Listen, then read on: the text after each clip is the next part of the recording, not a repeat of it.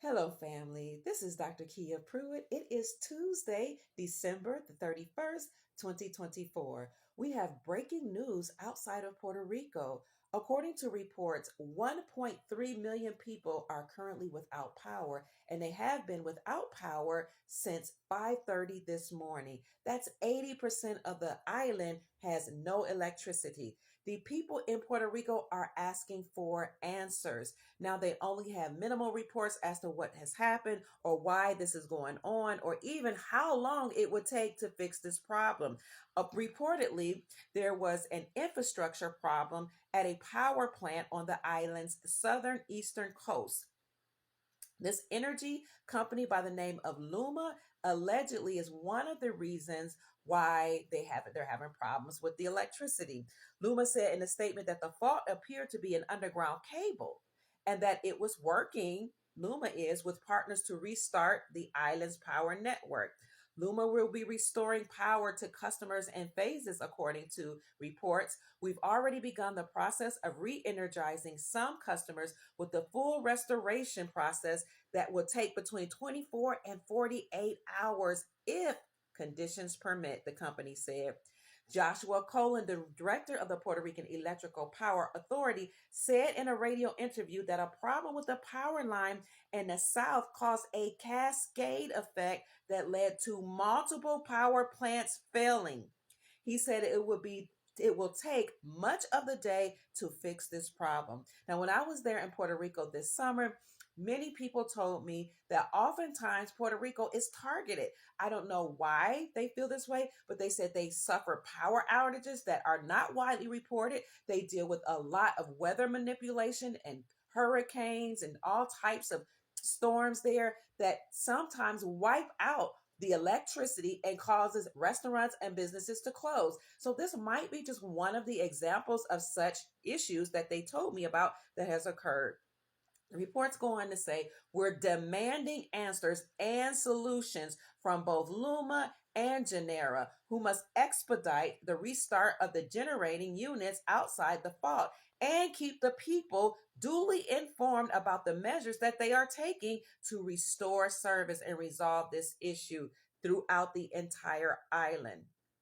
Power outages are a frustratingly frequent occurrence. I told you guys that according to many Puerto Ricans. A string of blackouts during the summer sparked protests and prompted San Juan Mayor Miguel Romero to declare a state of emergency.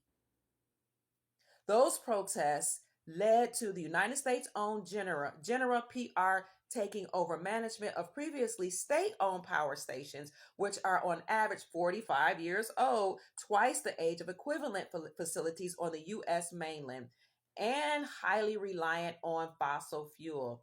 More than 700,000 customers were without power in Puerto Rico in August, with Tropical Storm Ernesto that hit the island.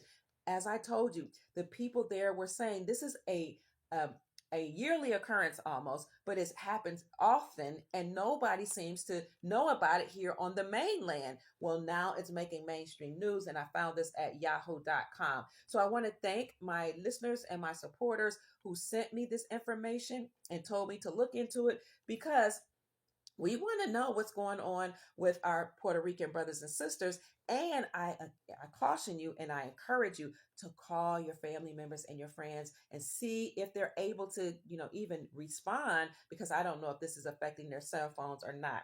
According to San Juan, Puerto Rico reports, a blackout hit nearly all of Puerto Rico early today, as I said, and this outage hit at dawn, plunging the entire island into an eerie silence as electrical appliances and air conditioners shut down before those who could afford generators turned them on.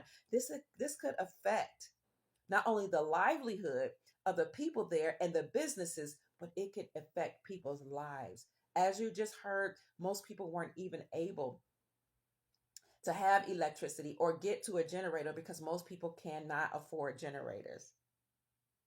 It had to be on the 31st of December, exclaimed one man who gave his name as Manuel as he stood outside of a grocery store in the capital of San Juan, grumbling about the outage that coincided with his birthday. There is no happiness, he said. So nearly 90%, some reports say, of the island was affected by this blackout. Another article said 80% of the island. Now this report is saying more than 90% or nearly to more than 90%, depending on the articles. And some are saying instead of where I read earlier was 1.3, some articles are saying it was 1.5 million clients across Puerto Rico that were left in the dark, according to this one is according to Luma Energy, a private company. So it just depends on what source you read, family, in terms of knowing exactly what was going on. But I would again would encourage you to stay abreast on this news and check on your family members. Now, a lot could be happening not only in Puerto Rico but in on the mainland here in America as we approach January the 20th. Tomorrow is the new year, is January the 1st, 2025. So, a new year according to the Gregorian calendar. So, we know that a lot of things can happen right before we get to the inauguration of President Trump that is to occur on January the 20th. However, we've heard that between the 1st and the 20th, we could hear a lot of news come out from the white hats of the military or the good guys, like doing away with taxes, like doing away with the IRS, like the collapse of the federal government, a resurrection of the gold standard. A lot of good news is coming out from certain sources about what we are to expect as we go into the Gregorian New Year. And then at the same time, that on the other side, there may be deep state operatives that will try to slow down that process. So I encourage you, family, to keep your vibrations high and stay positive and check on your family members. We always say be prepared, stay ready so you won't have to get ready. Now, Puerto Rico, this issue right there is teaching us how you have to be ready at all times. Make sure you have water, make sure you have food, supplies such as flashlights, batteries, a generator if you can afford it, candles if you can afford that, matches or a way to light the candles, food such as dry goods, beans, rice, maybe even some canned goods. We don't like canned goods, but you never know. In a state of emergency, we see they had to declare state of emergency in Puerto Rico when they have these type of incidents. But through states of emergency, you always want to be ready. Have canned goods, have a can opener. If you don't have a opener on hand, at least have a knife because you can open up cans with knives. That's something that we learned. And have toilet paper and all the things that you would like to have on hand in the event a store closes because of a blackout or because of some type of shutdown or because of state of emergency. You always want to be ready. Have your car filled up with gas, have money on hand, because with a blackout in Puerto Rico, that means the people aren't able to access the banks and get money out of the ATMs. Family, please